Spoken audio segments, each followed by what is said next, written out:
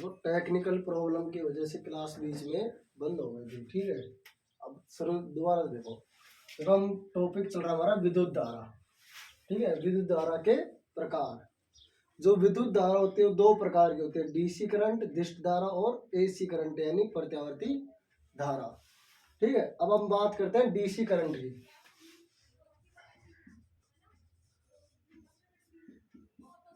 देखो DC current किसे कहते हैं, वह धारा जिसकी दिशा व परिणाम समय के साथ नहीं बदलते हो, क्या कहलाता है, डीसी कहलाता है। वह धारा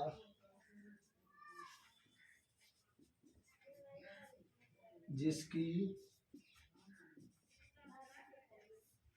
दिशा व परिणाम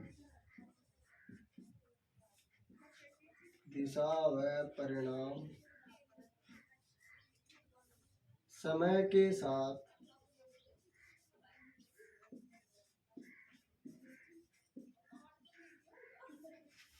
परिवर्तित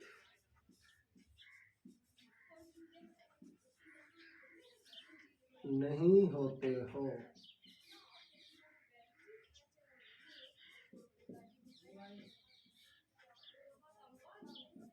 डीसी करंट कहलाता है। डीसी करंट कहलाता है, ठीक है। यानी कि वह धारा जिसकी दिशा और परिणाम समय के साथ परिवर्तित नहीं होते, डीसी करंट कहलाता है। देखो कैसे, मान लो ये हमारा टी समय है और ये हमारा वोल्ट है, तो ये जो करंट है, ठीक है, ये लगातार सीधा रहता है, इसकी कोई फ्रीक्वेंसी नहीं होती है, ठीक है। यानी कि ये करंट लगातार सीधा चलता रहता है, इसलिए इसको हम क्या कहते हैं, डीसी करंट कहते हैं। अगर हम इसकी फ्रीक्वेंसी की बात करें, इसकी फ्रीक्वेंसी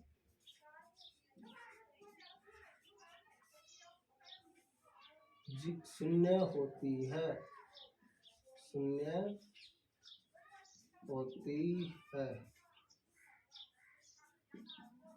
क्या होती है, शून्य होती है, ठीक है। अब ये देखो डीसी करंट हमें मिलता कहाँ कहाँ से है। देखो डीसी करंट मिलता है हमें सेल, बैटरी व डीसी जनरेटर।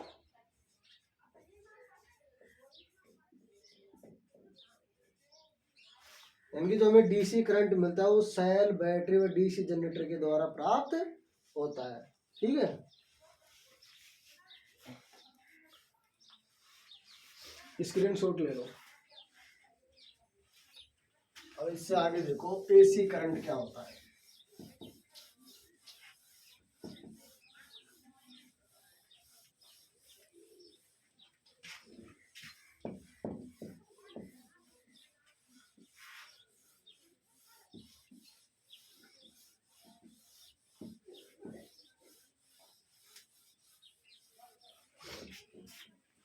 पहला देखो एसी करंट, प्रत्यावर्ती धारा।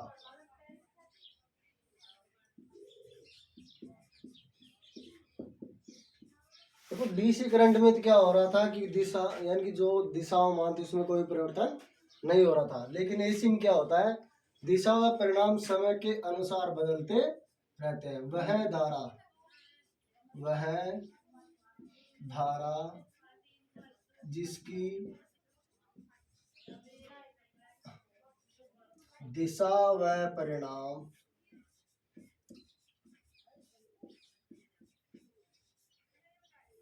समय के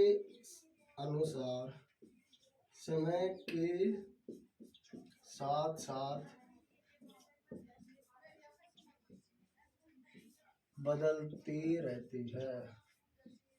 बदलता रहता है, एसी करंट कहलाता है। एसी करंट कहलाता है, ठीक है। यानी कि वह धारा जिसकी दिशा और परिणाम समय के साथ साथ बदलता रहता है एसी करंट कहलाता है। ठीक है, कैसे देखो, जैसे हमारा क्या है, करंट है, ये टी समय हो गया, यहाँ से स्टार्ट हुई और इस तरीके से ये अपना साइन वेव पूरा करती है। ठीक है, अब देखो ये जीरो समय था, कुछ समय बाद ये इतना परिवर्तन हुआ, कुछ समय बाद एक, फिर कुछ समय बाद एक, कुछ समय बाद, इस तरह क्या होती है, ये परिवर्तित होती रहती है। ठीक है, ये प्लस और ये माइनस, इसलिए इसको हम क्या कहते हैं, एसी करंट कहते हैं। यानी कि जिसकी दिशा और परिणाम समय के साथ बदलता रहता है एसी करंट कहलाता है। ठीक है, अब देखो इसमें यानी कि अब करंट परिवर्तित होता हो रहा है। ठीक है, तो अब हम इसकी फ्रीक्वेंसी लिखे, तो फ्रीक्वेंसी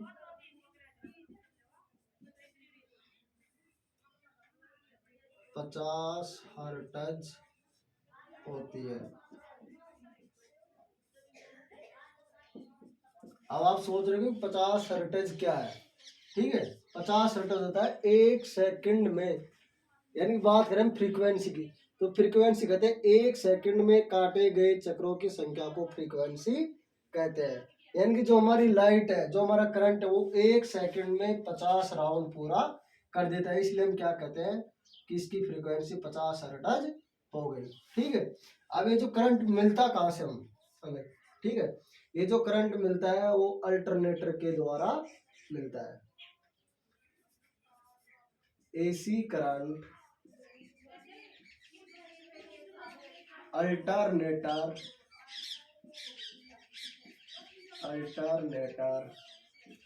के द्वारा प्राप्त होता है,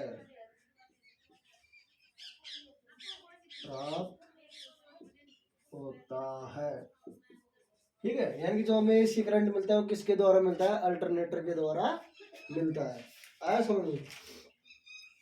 ठीक है, अब अगला देखो प्रतिरोध, रेजिस्टेंस, RESISTANCE, रेजिस्टेंस को क्या कहते हैं, प्रतिरोध।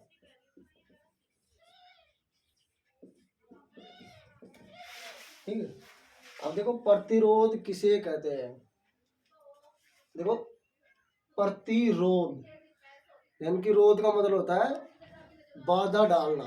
ठीक है, यानी कि एसी करंट में अगर हम बात करें, जैसे हमारा कोई करंट बह रहा है, जैसे हमारा करंट बह रहा है और इसमें कोई ऐसा उपकरण लगा दे जो करंट को खपत करे या आगे बहने ना दे, उसे क्या कहते हैं, प्रतिरोध कहते हैं।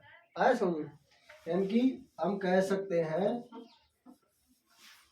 वह उपकरण, या फिर हम कह सकते हैं किसी चालक का वह गुण जो धारा के बहने में अवरोध उत्पन्न करता हो या रुकावट उत्पन्न करता हो, उसे क्या कहते हैं, प्रतिरोध कहते हैं। देखो किसी चालक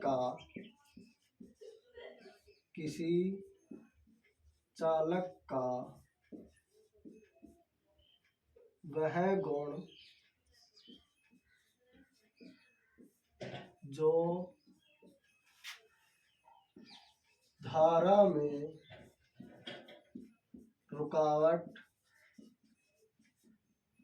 उत्पन्न करता है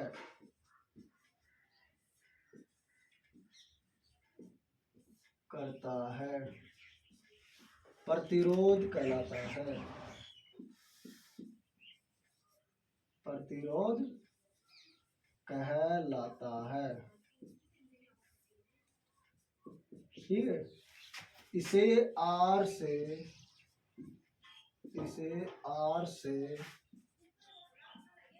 प्रदर्शित करते हैं।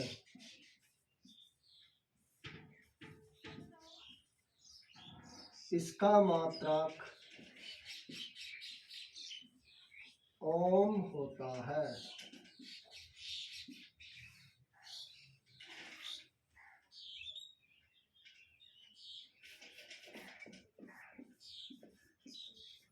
ओम होता है। ठीक है, क्या होता है, ओम होता है। अब देखो इसका सिंबल कैसा होता है, इस तरीके से प्रतिरोध का सिंबल होता है वो ऐसा होता है, यानी कि हम कह सकते हैं सिंबल, ये हमारा क्या होगा, आर होगा। ठीक है,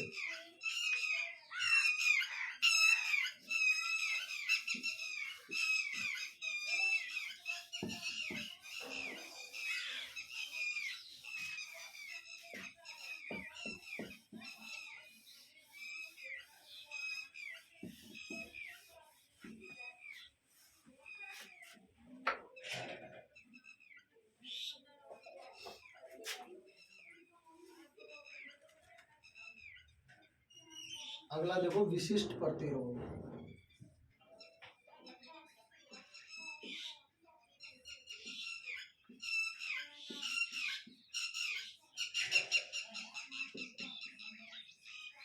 विशिष्ट प्रतिरोध को स्पेसिफिक रेजिस्टेंस भी, SPECIFIC,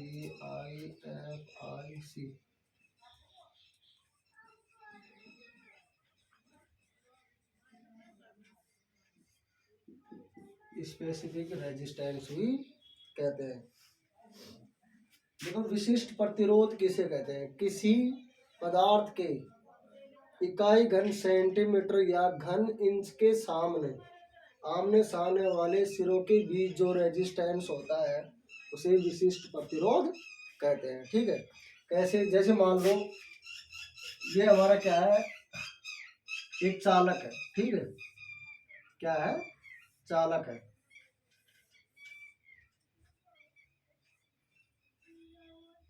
ठीक है, यानी कि कोई चालक का टुकड़ा है, तो ये सिरा और ये सिरा, इस सिरे के बीच में जो प्रतिरोध होगा वो क्या कहलाएगा, विशिष्ट प्रतिरोध कहलाएगा।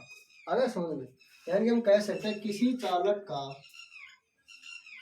किसी चालक के इकाई घन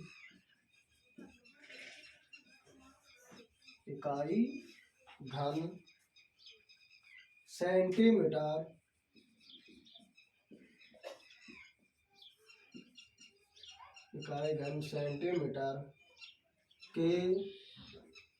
टुकड़ों के आमने सामने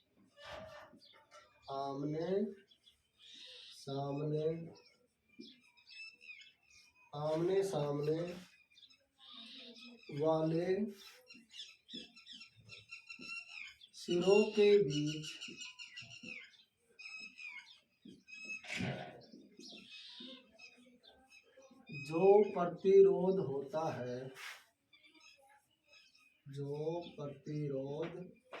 जो प्रतिरोध होता है उसे विशिष्ट प्रतिरोध कहते हैं। विशिष्ट प्रतिरोध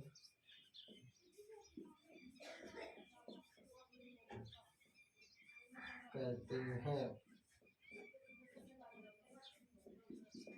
ठीक है, यानी कि किसी चालक के इकाई घन सेंटीमीटर के टुकड़ों के आमने सामने वाले सिरों के बीच प्रतिरोध होता है उसे विशिष्ट प्रतिरोध कहते हैं। ठीक है, देखो विशिष्ट प्रतिरोध का मात्रक क्या होता है, ओम मीटर। इसका मात्रक ओम मीटर होता है। ओम मीटर होता है। ठीक है, क्या होता है, ओम मीटर होता है। इसको अधिकतर माइक्रो ओम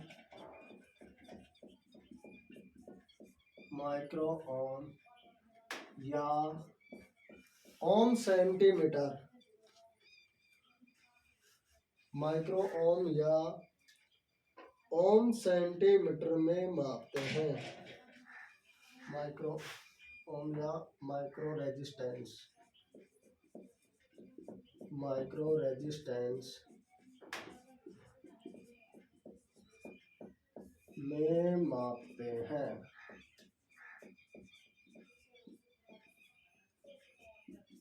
ठीक है, अब देखो विशिष्ट प्रतिरोध का जो सिंबल होता है वो क्या होता है, ये यानी कि इसको हम RHOB कहते हैं, रो। तो हमने देखा था प्रतिरोध, अरे सॉरी, एक वो जो प्रतिरोध है उसमें ये उतार देना, R बराबर रो L अपॉन ए। ठीक है, R बराबर प्रतिरोध, रो बराबर विशिष्ट प्रतिरोध, L बराबर लंबाई और ए बराबर क्षेत्रफल एरिया। ठीक है, तो रो बराबर क्या हो गया, रो बराबर RA अपॉन L। ठीक है, तो विशिष्ट प्रतिरोध का मात्रक क्या हो गया, रो बराबर RA अपॉन L। ये इसका मात्रक हो गया। यूनिट क्या हो गई, ओम मीटर। ओम मीटर। ठीक है, तो प्रतिरोध वाले में ये उदाहरण लेना। ठीक है, R बराबर रो L अपॉन ए। तो रो बराबर विशिष्ट प्रतिरोध ज्ञात करना में, तो रो बराबर RA बटा L ओम मीटर। ठीक है, अगला टॉपिक देखो, या फिर इस पे एक क्वेश्चन देख लो आप, ऐसे करो। ठीक है, न्यूमेरिकल लगा के देखते हैं।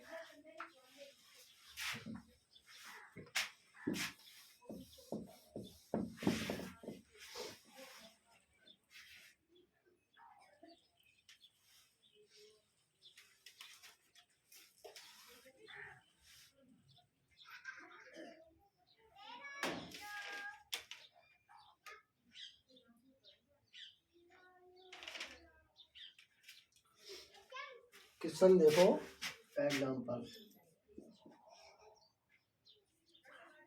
100 मीटर लंबे 100 मीटर लंबे 1.707 सेमी स्क्वायर 1.07 सेमी स्क्वायर कटाक्ष क्षेत्रफल वाले कटाक्ष क्षेत्रफल वाले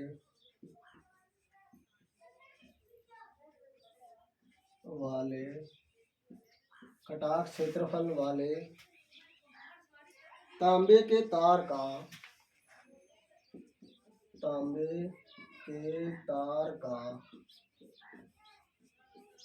कुल प्रतिरोध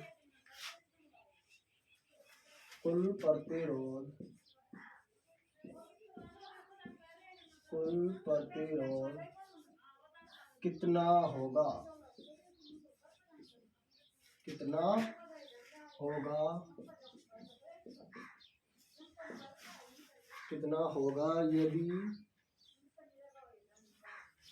जबकि तांबे का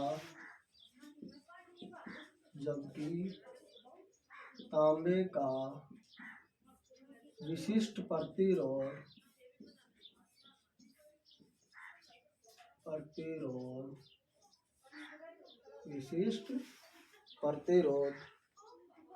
1.72 माइक्रो ओम सेंटीमीटर है, ओम सेमी है।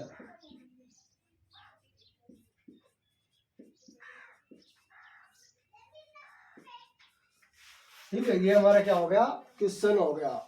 देखो क्या कह रहा है क्वेश्चन, 100 मीटर लंबे वाले 1.07 सेमी कटाक्ष क्षेत्रफल वाले तांबे के तार का कुल प्रतिरोध कितना होगा जबकि तांबे का विशिष्ट प्रतिरोध 1.72 माइक्रो ओम सेमी है। करो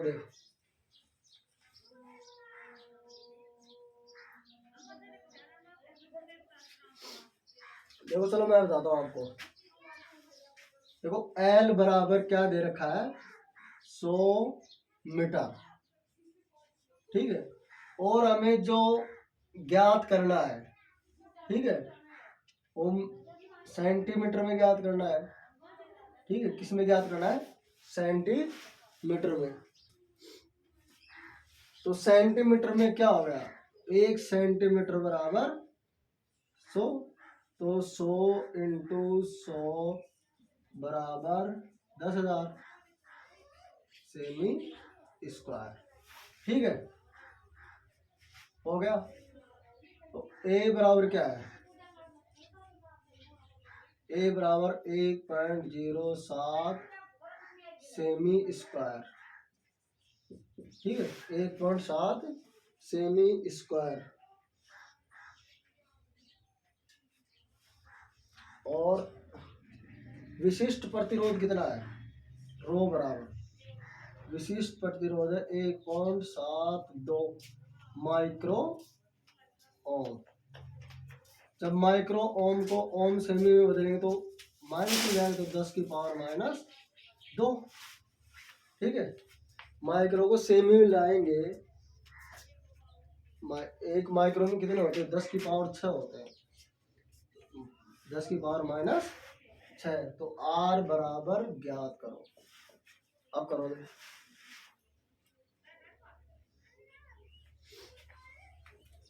देखो आर बराबर रो एल अपॉन ए, ठीक है। तो रो का मान कितना है? 1.72 गुणा 10 की पावर -6। एल कितना है? 10,000, ठीक है। बटा ए, एरिया कितना है? 1.07। तो इसको हल करेंगे तो क्या होगा? 4 0 से 4 तो 10 की पावर -2 हो जाएगा। इस 1.72 में 1.07 का भाग देंगे तो क्या आएगा? करके देखो एक बार। 1.6 गुणा 10 की पावर -2 ओम सेमी, ओम मीटर, मात्रा को ओम मीटर होता है ना, ओम मीटर। ये हमारा सवाल होगा। जब फिर आप प्रतिरोध में चल रहे हैं तो आर बराबर प्रतिरोध का मात्रा क्या होता है? ओम होता है। तो 1.6 गुणा 10 की पावर -2 ओम होगा। इस तरीके से हम क्या करेंगे? सवाल को सॉल्व करेंगे। अब दूसरा सवाल देखो, विशिष्ट प्रतिरोध पर।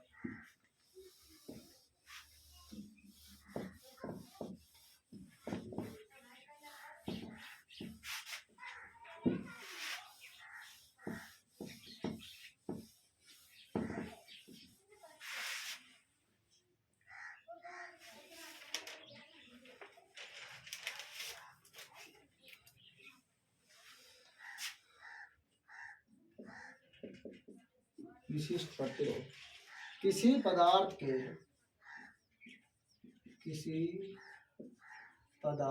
के बने हुए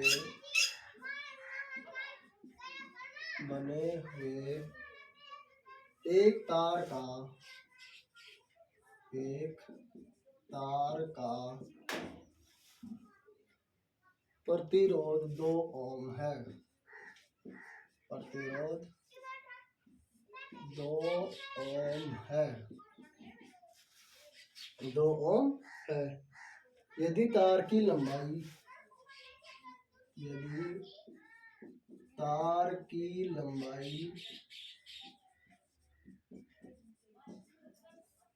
50 सेमी हो तथा पृष्ठ क्षेत्रफल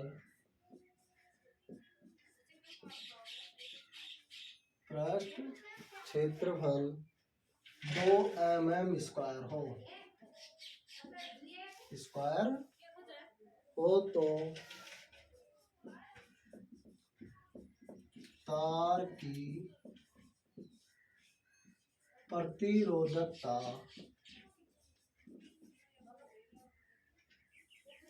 देखो ये विशिष्ट प्रतिरोध भी दे सकता है या प्रतिरोधकता भी दे सकता है, दोनों एक ही चीज होती है। यहाँ पर टेंशन लेने की जरूरत है कि ये प्रतिरोधकता क्या हो गई। ये विशिष्ट प्रतिरोध या प्रतिरोधकता देगा, ठीक है। प्रतिरोधकता कितनी होगी, कितनी होगी। अब देखो आर का मान कितना है 2, ठीक है। एल बराबर लंबाई कितनी दे रखी है 50 cm, ठीक है। अब cm में दे रखी है, हमें cm में निकालना होता है।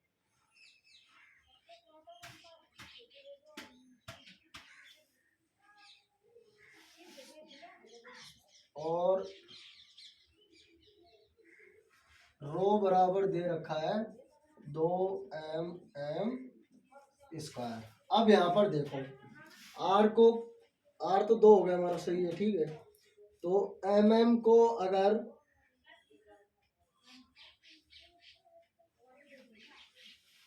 cm को mm में बदलेंगे, लंबाई माइक्रो में होती है ना लंबाई, तो देखो 50 गुणा 10⁻⁻6 और 2 mm को cm में बदलेंगे तो क्या होगा 2 गुणा 10⁻², ठीक है।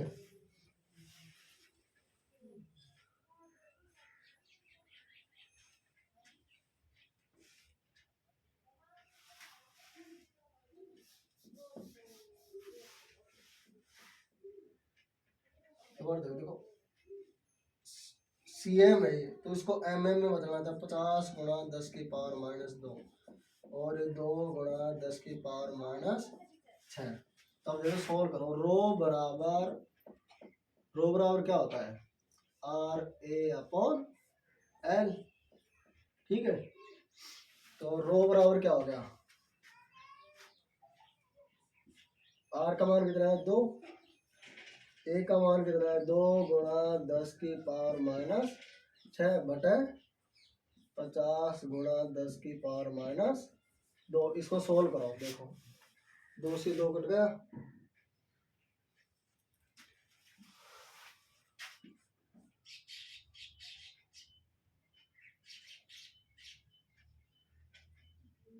तो 4, तो 0.08 गुणा 10⁻⁻4 ओम मीटर। ये हमारा क्या हो गया आंसर हो गया, ठीक है।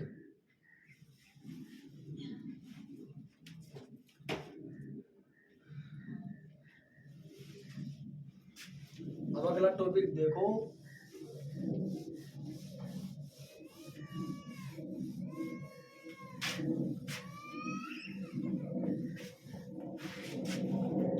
ताप गुणांक। ताप गुणांक टेम्परेचर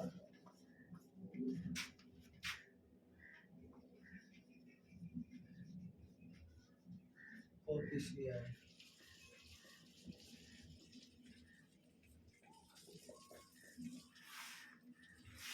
देखो ताप गुणांक किसे कहते हैं, किसी चालक पदार्थ के प्रतिरोध मान में, किसी चालक पदार्थ के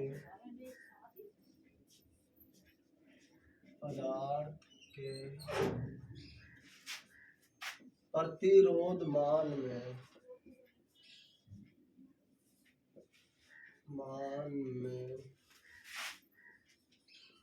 प्रतिरोध मान में 1 डिग्री सेल्सियस तापमान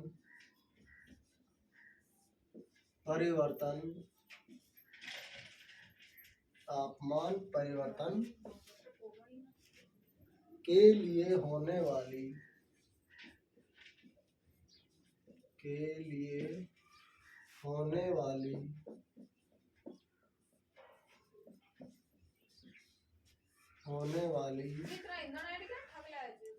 वृद्धि या कमी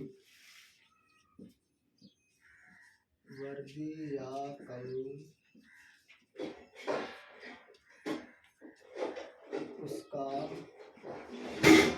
ताप गुणांक कहलाती है। गुणांक कहलाती है। ठीक है, यानी कि किसी चालक पदार्थ के प्रतिरोध मान में 1 डिग्री सेल्सियस तापमान परिवर्तन के लिए होने वाली वृद्धि या कमी उसका ताप गुणांक कहलाती है। ठीक है, आर टी बराबर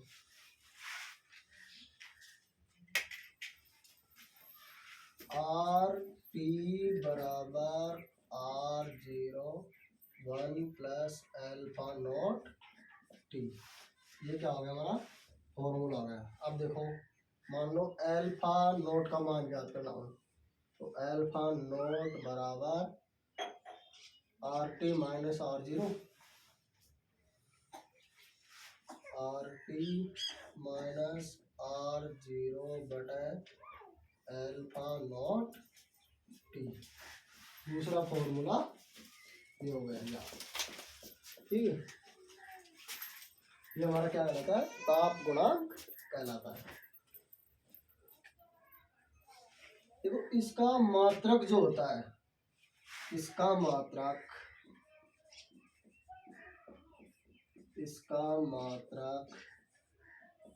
प्रति डिग्री सेंटीग्रेड होता है। ठीक है, क्या होता है, प्रति डिग्री सेंटीग्रेड होता है। ये क्या हो गया हमारा टेम्परेचर कोफिशिएंट। अगला टॉपिक देखो हमारा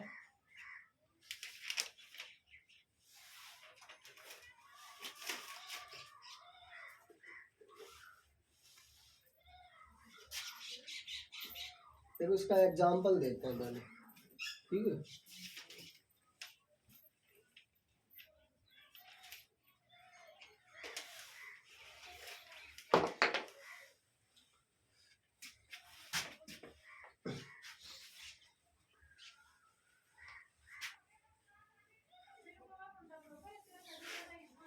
एक जनरेटर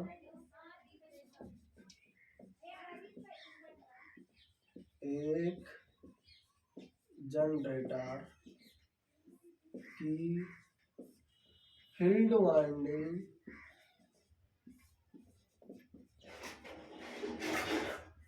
का प्रतिरोध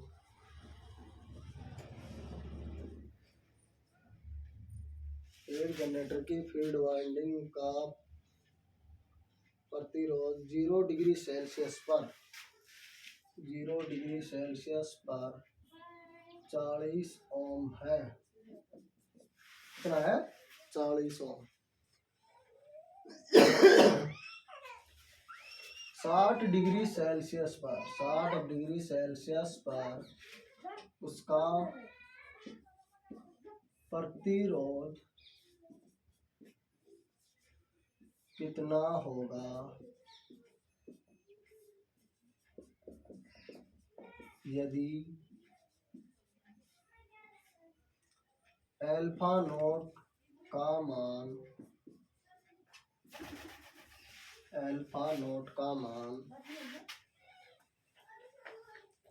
0.0043 है। अल्फा नोट का मतलब होता है ताप गुणांक।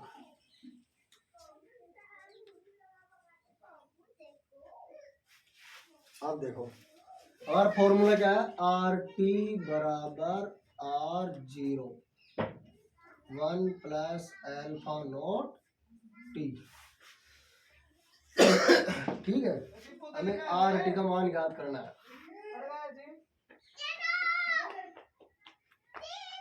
0 डिग्री पर कितना है, 40। ठीक है, 1 प्लस अल्फा नोट का मान कितना है, 0.0043। ठीक है,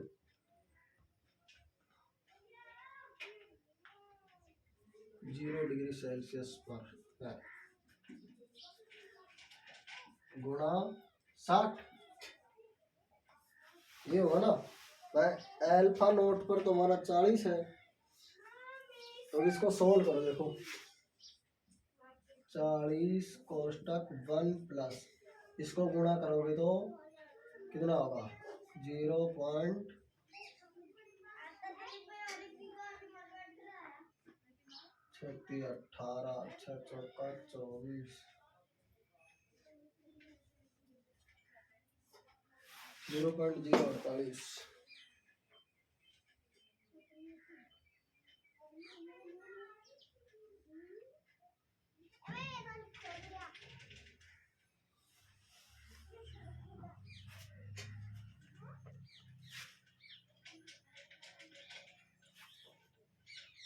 छत्ती 18, 6 चौका 24, 25। ठीक है,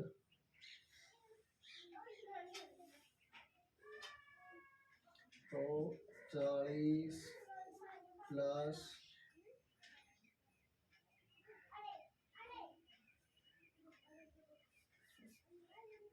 1.058।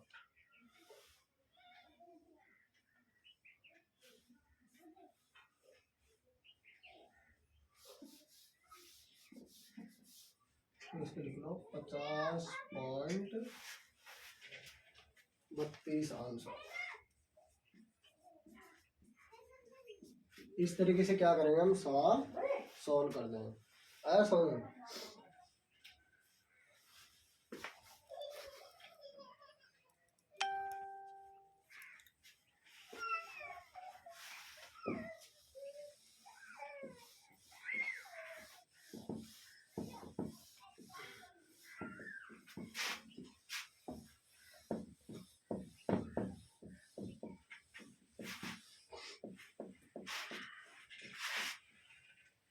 एक चीज और देखो, मान लो हमने कोई रेजिस्टेंस है, प्रतिरोध है, या मान लो कोई तार है, ये एक तार है, ठीक है, ये क्या हमारा तार है, ये हमारा एरिया हो गया, ठीक है, ये इसकी क्या हो गई, लंबाई हो गई।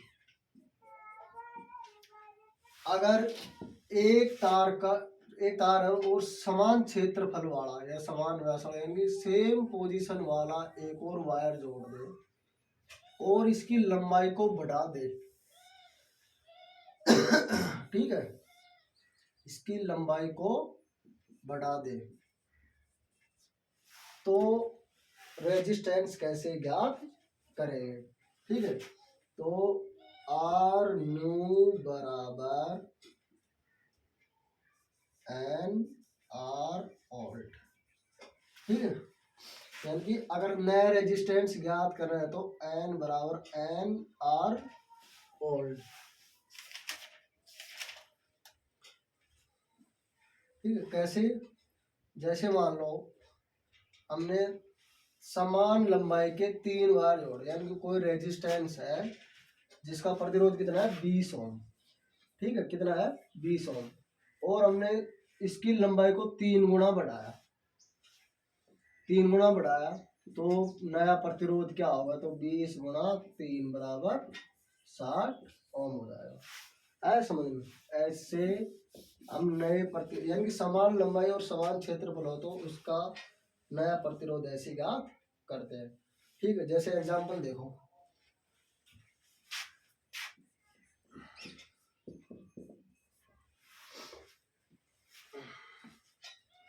किसी तार का प्रतिरोध, किसी तार का प्रतिरोध 80 ओम है,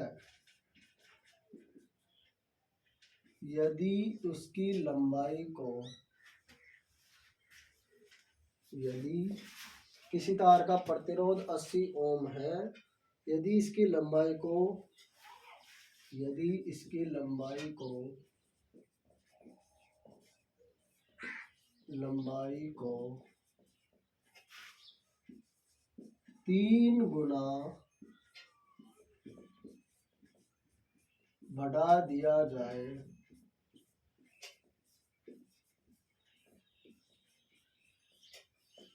तो नया प्रतिरोध ज्ञात करो, नया प्रतिरोध ज्ञात करो। ठीक है, तो अब देखो आर न्यू बराबर एन आर ओल्ड।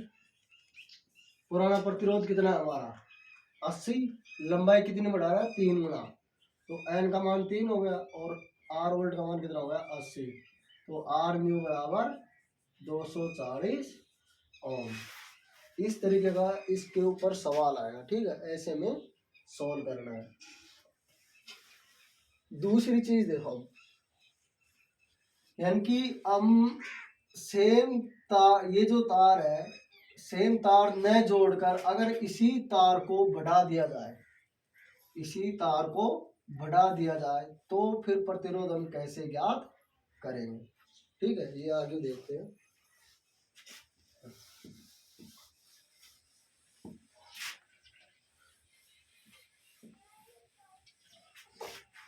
जैसे मान लो हमारा ये वायर है, ठीक है, और हमें इसका क्या करना है प्रतिरोध ज्ञात करना है। ये हमारा क्या हो गया एरिया हो गया, ठीक है, ये इसकी क्या हो गई लंबाई हो गई। अगर हम इसमें दूसरा नया तार न जोड़कर इसी तार को बढ़ा दें, ठीक है, पतला कर दें, मान लो बढ़ा दिए, ठीक है, तो इसका प्रतिरोध क्या होगा, कैसे ज्ञात करेंगे, ठीक है। देखो ये नई लंबाई हो गई,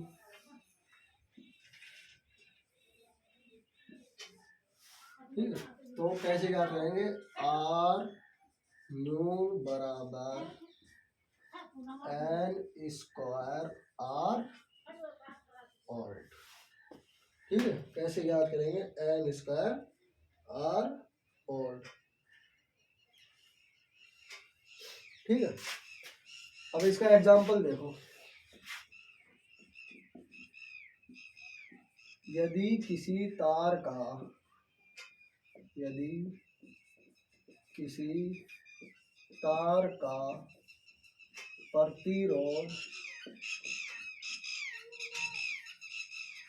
40 ओम है और इसको खींचकर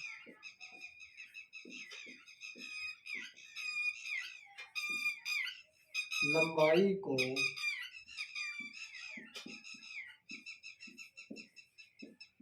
4 गुना बढ़ा दिया जाए,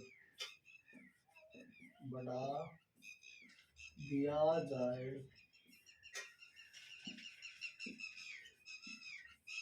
तो नया प्रतिरोध क्या होगा,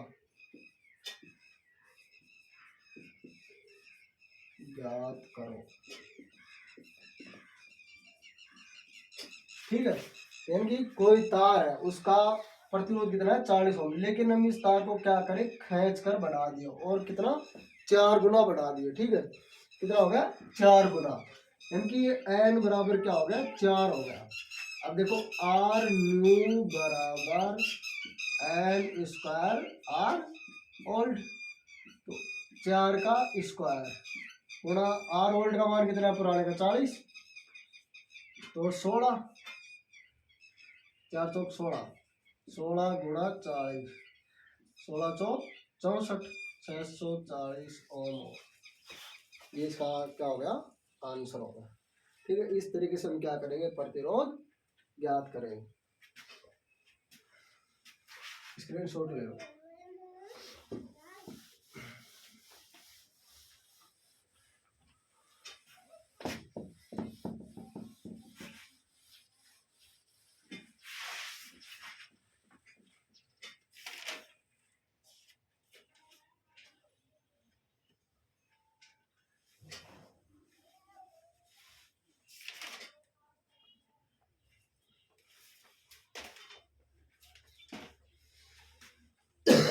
अगला टॉपिक है प्रतिरोधों का संयोजन, प्रतिरोधों का संयोजन।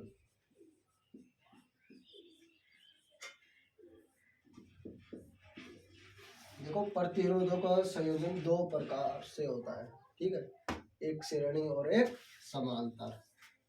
श्रेणी जिसको हम सीरीज भी बोलते हैं, ठीक है, दूसरा होता है समांतर।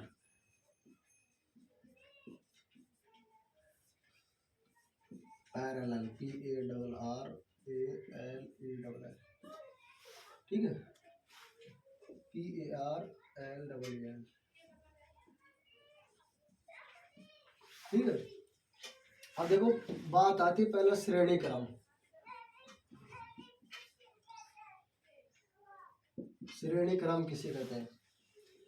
यानी कि श्रेणी प्रतिरोध क्या होता है? जैसे कोई प्रतिरोध, हमारे बहुत सारे प्रतिरोध या एक या दो है, अगर उनको हम एक ही क्रम में जोड़ दें, ठीक है, एक ही क्रम में जोड़ दें एक दूसरे से, तो ये जो यानी कि जो जितने भी प्रतिरोध है, अगर उनको एक के साथ आगे पीछे जोड़ दे एक दूसरे को, ठीक है, लगातार जोड़ दे, तो वो क्रम क्या कहलाता है? हमारा श्रेणी क्रम कहलाता है। इस क्रम में क्या होता है? इसमें धारा समान होती है। श्रेणी क्रम में क्या होता है? धारा समान होती है और प्रतिरोध, वोल्टेज भिन्न होगा और प्रतिरोध का मान बढ़ जाएगा। यानी कि हम कह सकते हैं इस क्रम में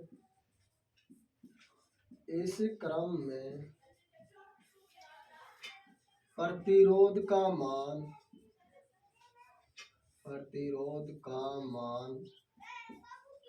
बढ़ जाता है, ठीक है। दूसरा, इस क्रम में धारा समान रहती है।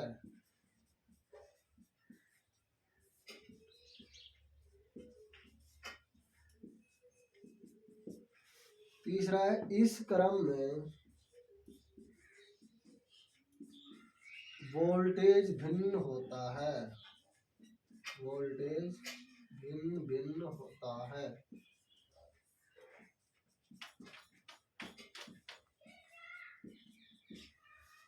ठीक है। ऐसे बनाता है।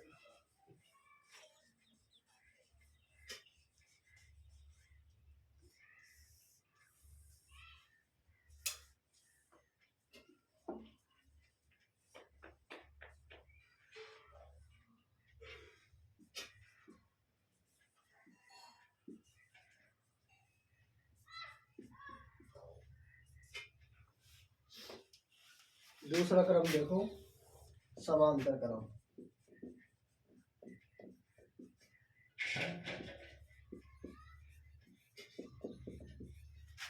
इस क्रम में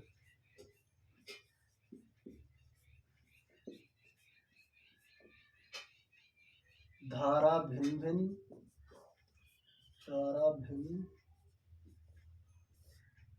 तथा वोल्टेज समान होती है।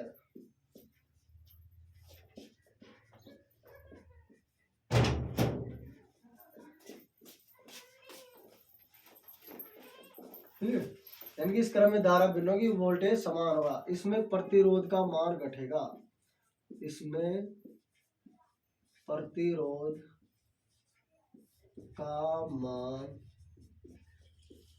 घटता जाएगा।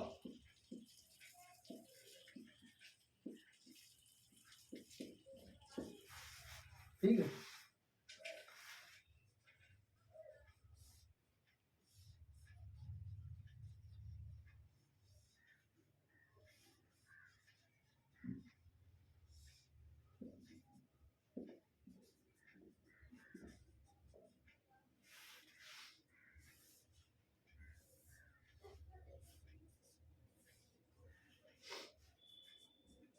ये क्रम हमारा क्या कहलाता है? समांतर क्रम। यानी कि समांतर क्रम किसे कहेंगे? वह यानी कि जितने भी सर्किट या प्रतिरोध, जिस क्रम में प्रतिरोधों को प्रथम सिरे और तथा अंतिम सिरे को एक साथ जोड़ते हैं, यानी कि रेजिस्टेंस के प्रथम सिरे और अंतिम सिरे को एक साथ जोड़ते हैं, वो क्रम समांतर क्रम कहलाता है। यानी कि जितने भी प्रतिरोध है उनके प्रथम सिरे और अंतिम सिरे एक साथ जोड़ दे तो वो क्रम क्या कहलाएगा? हमारा समांतर क्रम कहलाएगा। इसमें रेजिस्टेंस का, जितने ज्यादा रेजिस्टेंस जोड़ेंगे उतना ज्यादा मान कम होता जाएगा। आगे समझ।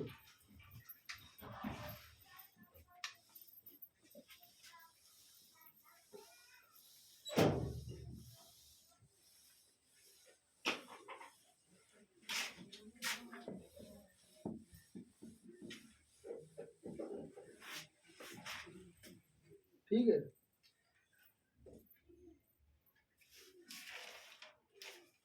इससे आगे न्यूमेरिकल है जो हम कल देखेंगे, ठीक है।